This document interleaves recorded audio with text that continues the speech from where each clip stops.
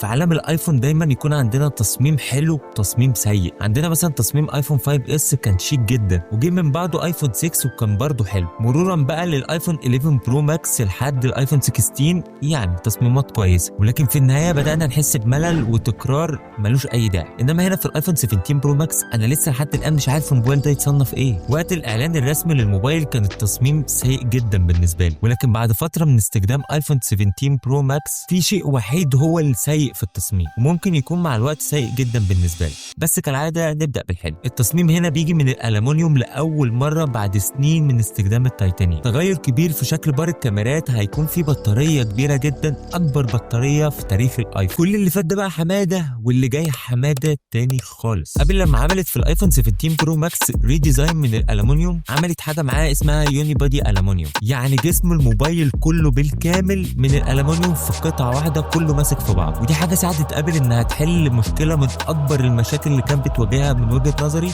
كل الاجيال اللي فاتت، وهي ان الايفون 17 برو ماكس اخيرا بقى مريح في مسكه الايد. اخيرا ما بقاش في حواف حتى تبهدل لك ايدك، بالذات مع فئه البرو ماكس. ايفون بالحجم والوزن ده اكيد مع الوقت هيكون متعب للايد. كمان توزيع الوزن في الايفون 17 برو ماكس ممتاز جدا، على الرغم من ان النص اللي تحت في الايفون 17 برو ماكس فيه تفاصيل اقل بكتير من النص اللي فوق، لكن ابل عرفت توزع الوزن بتاع الموبايل بطريقه كويسه جدا في الايفون 17 برو ماكس، ومش هتحس ان الموبايل مع الوقت لو مسكته من تحت هيتقلب من ايدك من فوق. هنا بقى هتلاقي حاجه اسمها مليمتر ويف انتنا دي لل 5 جي، مش مدعومه عندنا هنا في مصر، دي للنسخه اللي بتنزل في الامارات اللي بتكون من غير بيت خط، انما احنا هنا في مصر بينزل البيت خط عادي. في الاجيال اللي فاتت من الايفون كان ظهر الموبايل كله بيكون من الازاز، وده كان بيساعد الايفون ان هو يستقبل شبكه عادي، انما بسبب الريديزاين الومنيوم فهنا واجهت ابل مشكله ان ازاي الايفون 17 برو ماكس هيستقبل شبكه. فابل عملت ريديزاين للانتنه بتاعت الشبكه بشكل كويس قوي، ووزعتها حوالين بار الكاميرات بشكل انت ما تلاحظوش. كمان هنلاقي الزرار الجديده بتاعت ابل، زرار اكشن بوتن والكاميرا كنترول. نروح بقى للجانب السيء بالنسبه لي في التصميم، وهي البقعه الازاز اللي في ظهر الموبايل. متفاهم ان ظهر الايفون 17 برو ماكس لازم يكون فيه جزء من الازاز عشان ده يخلي الاكسسوارز والماكسيف يربطوا مع الايفون، ولكن سيء